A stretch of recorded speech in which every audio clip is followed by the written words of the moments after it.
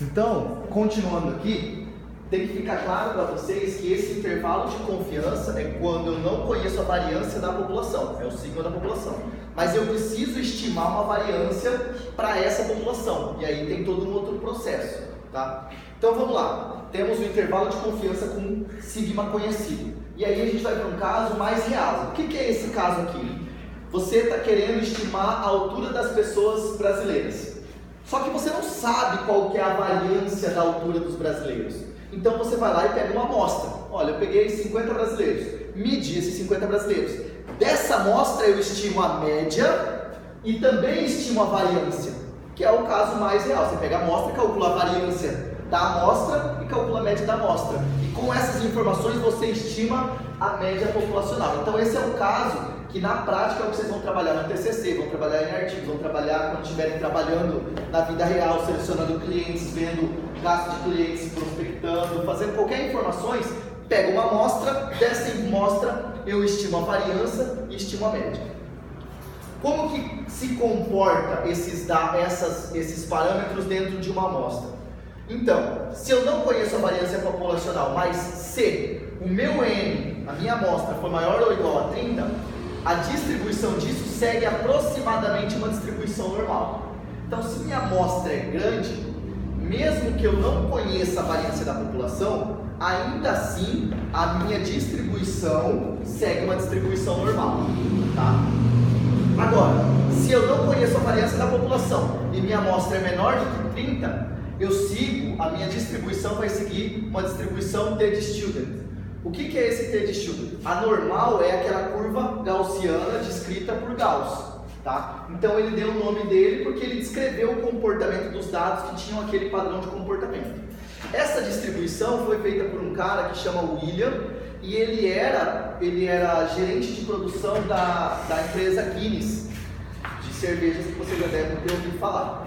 Então, ele fez a distribuição desses dados para amostras pequenas e ele viu que esses dados de amostras pequenas seguiam uma distribuição. Só que como ele usou os dados da empresa, ele não podia publicar com o nome dele. Então, ele usou o pseudônimo de student. Então, ele descreveu e essa distribuição deu-se o nome de t-de-student porque ele fez isso. Então, quando amostras são pequenas e a variância é desconhecida, ela segue essa distribuição, tá? O que é essa distribuição? Vou mostrar para vocês.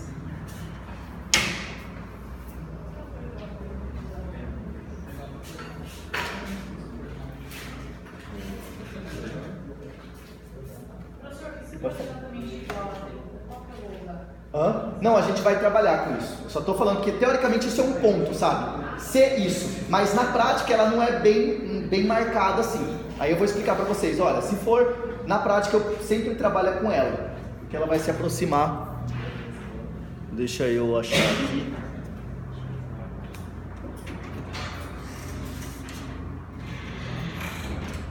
Isso aqui foi uma apostila que eu achei na internet, que eu baixei e ele tem esse comportamento. Então olha só, em azul você tem a normal padrão 0 com média 0 e variância 1, que é a normal padrão 0 padrão, é a linha azul. Você tem uma t-de-student aqui com 1 grau de liberdade, que é o que descreve essa distribuição. O que é grau de liberdade? É o tamanho da amostra menos 1. Então, nesse caso aqui, eu tive uma amostra com 2 observações. Ela vai seguir essa distribuição aqui, amarelinha. Percebam que aqui ela é mais alta e aí ela acaba concentrando mais aqui. Então, os extremos têm mais área, tem mais probabilidade.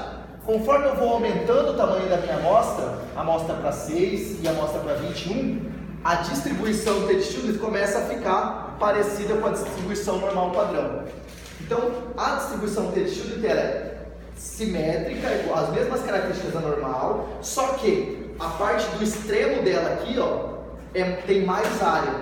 Então, isso mostra que tem mais chance de cair dados para esse lado aqui. Só que, se o seu N for grande, que é o maior do que 30, a Z, a distribuição t-de-student começa a se comportar como a Z normal, tá? Então, ela é baseada nesses graus de liberdade. O que descreve a t-de-student é esse grau de liberdade. E esse grau de liberdade tem a ver com o tamanho da amostra. Tá? E aí, então assim, se eu olho a distribuição Z normal, que é aquilo que eu mostrei para vocês com média e tal, média 0 e variância 1, a distribuição T de student, que é a padronização, lembra que a padronização da Z é menos a média dividido pelo desvio padrão, segue uma distribuição T baseadas nos graus de liberdade. E o grau de liberdade é número da amostra menos 1. Então, se eu tenho uma amostra de 15, 15 menos 1, eu tenho uma T de student referente a isso aí. Eu tenho 27, N, amostra. 27 menos 1, 26. 26 eu tenho outra T de student referente a isso. Tá? E é isso. E aí, aqui a gente é baseado no S. O que é o S? O S é o desvio padrão calculado na amostra. O sigma é o desvio padrão calculado na população. Os dois são desvios padrões, só que um é parâmetro da população, o outro é estimador da amostra.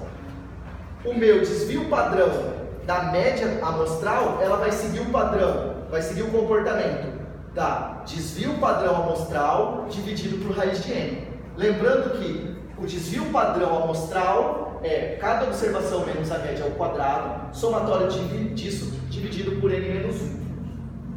Quando a gente olha isso matematicamente, o que acontece? Se esse n é muito grande, esse desvio padrão amostral vai tender, se o n for muito grande,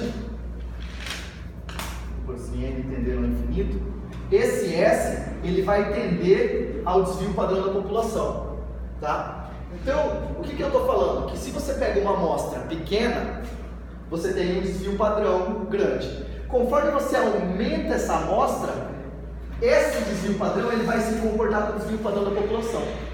Então, se você pega uma amostra de 30, tem um comportamento. Se você pega uma amostra de 300, ela vai começar a ter o mesmo comportamento que esse cara. Por isso que ele começa a descrever isso aqui, Se você aumenta a amostra começa a tender a distribuição normal. Se vocês entenderam isso, o que muda a variância desconhecida da variância conhecida? Muda apenas a distribuição que eu uso. Se eu conheço o sigma, né, que é o desvio padrão da população, eu uso a distribuição normal. Se eu não conheço o sigma, eu calculo o desvio padrão da amostra e uso a distribuição T de student. Tá? E aí você olha, a gente vai olhar aqui como que eu olho na tabela T de student isso aqui. E o resto, você calcula isso. Então, como que eu chego no S? Eu pego e calculo na amostra a medida do desvio padrão. E aí, acho isso aqui. Percebam que, e aí na prática, como que isso funciona? Percebam que se você tem uma amostra de 30, 40, essa distribuição começa a ter uma distribuição normal. Agora, se você começa a falar assim, olha, a minha amostra tem o tamanho de 25, vou olhar a T de student. Se minha amostra começa a ter o comportamento de 40, vou olhar normal, isso começa a gerar uma confusão na cabeça até ficar isso claro. Então, na dúvida, você usa T de student, na prática, tá? Se vocês estiverem trabalhando, você usa T de student. Por quê? Porque se o N for pequeno, você está correto. Se o N for grande, você está começando a se comportar com a distribuição normal. E a T de student começa a se comportar com a normal. Então você continua correto. Tá? Se você começa a escolher os momentos, você pode às vezes escolher uma normal para um caso onde você não poderia. Tá? Então na prática, você começa a usar sempre ela. Vou mostrar para vocês a tabela dela. Desvio padrão amostral.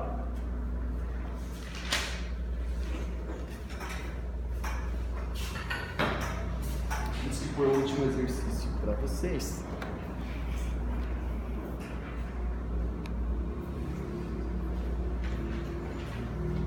Dá para ver bem aí?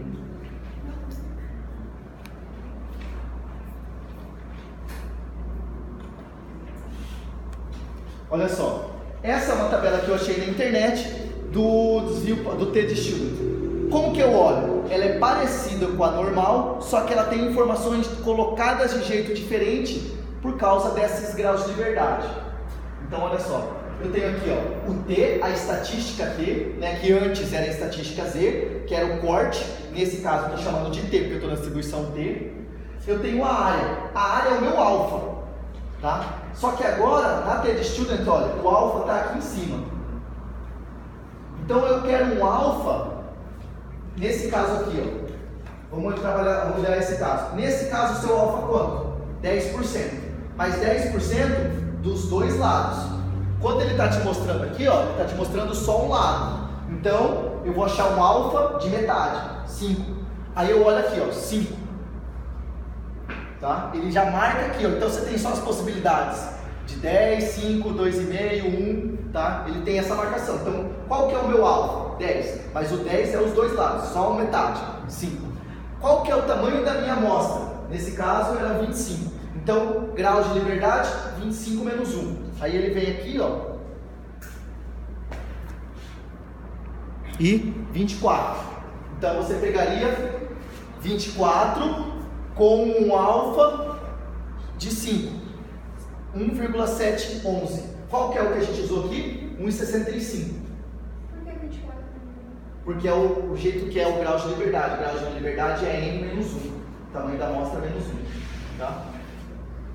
Isso tem a ver porque assim, o grau de liberdade tem a ver com o cálculo do desvio padrão. Se você tem um somatório, você pode achar todos os valores variarem aleatoriamente, mas um valor tem que ser fixo. Imagina que você tem 3 observações, tipo 1, 3 e 5. 1 mais 3 mais 5 dá 9. Você tem várias formas de fazer essa soma 9, só que só 2 podem variar. Um pode ser 100 e o outro pode ser menos 70. Só que se esses dois variarem, esse está definido para a soma da 9. Ele é fixo. Tá? Então por isso que é n menos 1 grau de liberdade. Então olhando aqui. Então percebam a diferença que teria se você estivesse trabalhando com um desvio padrão desconhecido e um desvio padrão conhecido. O que isso aqui faz? Como ele é um multiplicador do desvio padrão, ele ia abrir o seu intervalo de confiança. Aqui você reduziu um pouco o intervalo de confiança. Mas olha só, continue no 0,5 ali. Olha se a minha amostra na TED-Student fosse maior do que 120. 1,645, que aí se aproxima do valor da normal. Então, se você está trabalhando nessa tabela com amostras maiores, você vai chegar na distribuição normal.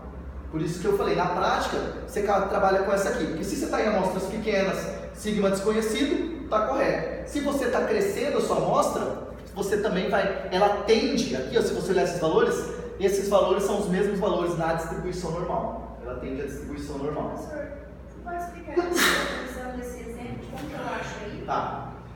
Aqui é tranquilo, né? 1,64. Nesse caso, quem que é o meu alfa? Meu alfa é 10%. Então, mas 10% é dos dois lados. Essa tabela, especificamente, ela está te marcando, olha, só um lado, igual aquela ali. Então, se é 10% dos dois lados, só um lado, 5%, metade. E aí, essa área, ela está marcada aqui, está escrito aqui, ó, alfa. Então, eu quero o alfa de 5. E aí você vai ver os graus de liberdade. Se fosse nessa amostra, que seriam 25. Então, são 24 graus de liberdade. Você vem aqui, alfa 5, N 24. E aí o T, a estatística T está aqui dentro. O porte dela, o T está aqui dentro. Na normal, o Z estava aqui era a área. Tá? E essa era a área ali. Alguma dúvida aí? Isso é o T. Né? É o T, que é o raciocínio do Z. Que é a estatística Z, essa é o T. Z